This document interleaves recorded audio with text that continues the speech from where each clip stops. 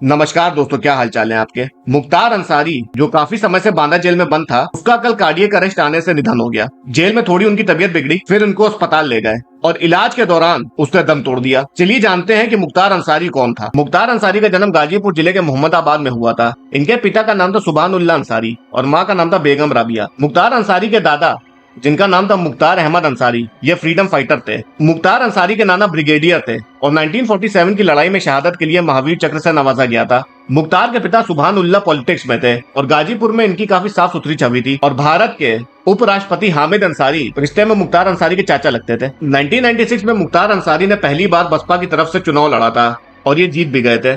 इसके बाद 2002, 2007, 2012 और 2017 में भी इन्होंने मऊ से जीत हासिल की थी, तो इनका पॉलिटिकल करियर भी ठीक ठाक चल रहा था। एक बीजेपी विधायक था कृष्णानंद राय, इनकी 2005 में हत्या कर दी गई थी, तो इसमें मुख्तार अंसारी का नाम आया था सामने। असल में हुआ क्या था, कृष्णानंद राय ने 1985 में मोहम्मदाबाद विधानसभा सीट से चुनाव लड़ा था और ये जीत भी गए थे, तो अंसारी परिवार से इन्होंने मोहम्मदाबाद विधानसभा सीट छीन ली थी और तभी से अंसारी परिवार और कृष्णानंद राय में दुश्मनी हो गई थी। कृष्णानंद राय की हत्या कैसे की गई थी? कृष्णानंद राय कार्यक्रम का उद्घाटन करके लौट रहे थे, तभी उनकी गाड़ी को चारों तरफ से घेर लिया जाता है और अंधाधुंध फायरिंग कर दी जाती है और 500 गोली चलाई गई थी। कृष्णानंद के साथ 7 लोग और मौजूद थे गाड़ी में, वो सभी लोग मारे गए थे। बाद में ये केस यूपी पुलिस से लेकर सीबीआई तक को दिया गया था। मुख्तार अंसारी पर उत्तर प्रदेश में 52 केस दर्ज है। यूपी सरकार अब तक मुख्तार अंसारी और उसके गैंग की सैकड़ों करोड़ों की संपत्ति ध्वस्त कर चुकी है। मुख्तार अंसारी गैंग के 100 से ज्यादा लोग अभी जेल में हैं और इसके गैंग के 75 लोगों पर गैंगस्टर एक्ट में कार्रवाई हो चुकी है।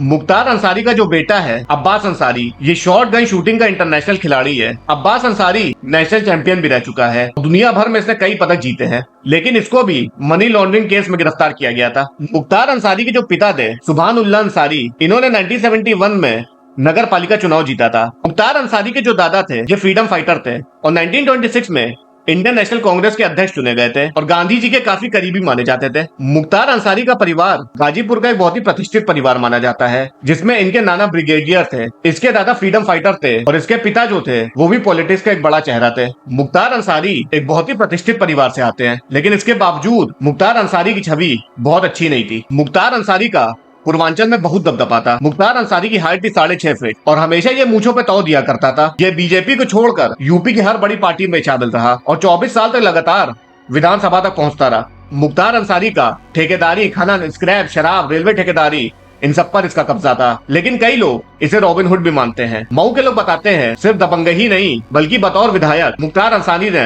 अपने इलाके में काफी काम किया था, जैसे सड़कें बनवाना, पुलों को कंस्ट्रक्शन करवाना, अस्पताल बनवाना, स्कूल कॉलेज बनवाना, गरीबों को खाना बांटना, ये सारे काम मुख्तार अंसारी अपने इलाके में करता था, ये मऊ के लोग बताते हैं। मऊ में जो दंगे हुए थे 2005 में, उसको भड़काने का मामला भी मुख्तार अंसारी पर दर्ज हुआ था और इसने गाजीपुर पुलिस को खुद ही सरेंडर कर दिया था और 2005 से ही ये जेल में बंद था।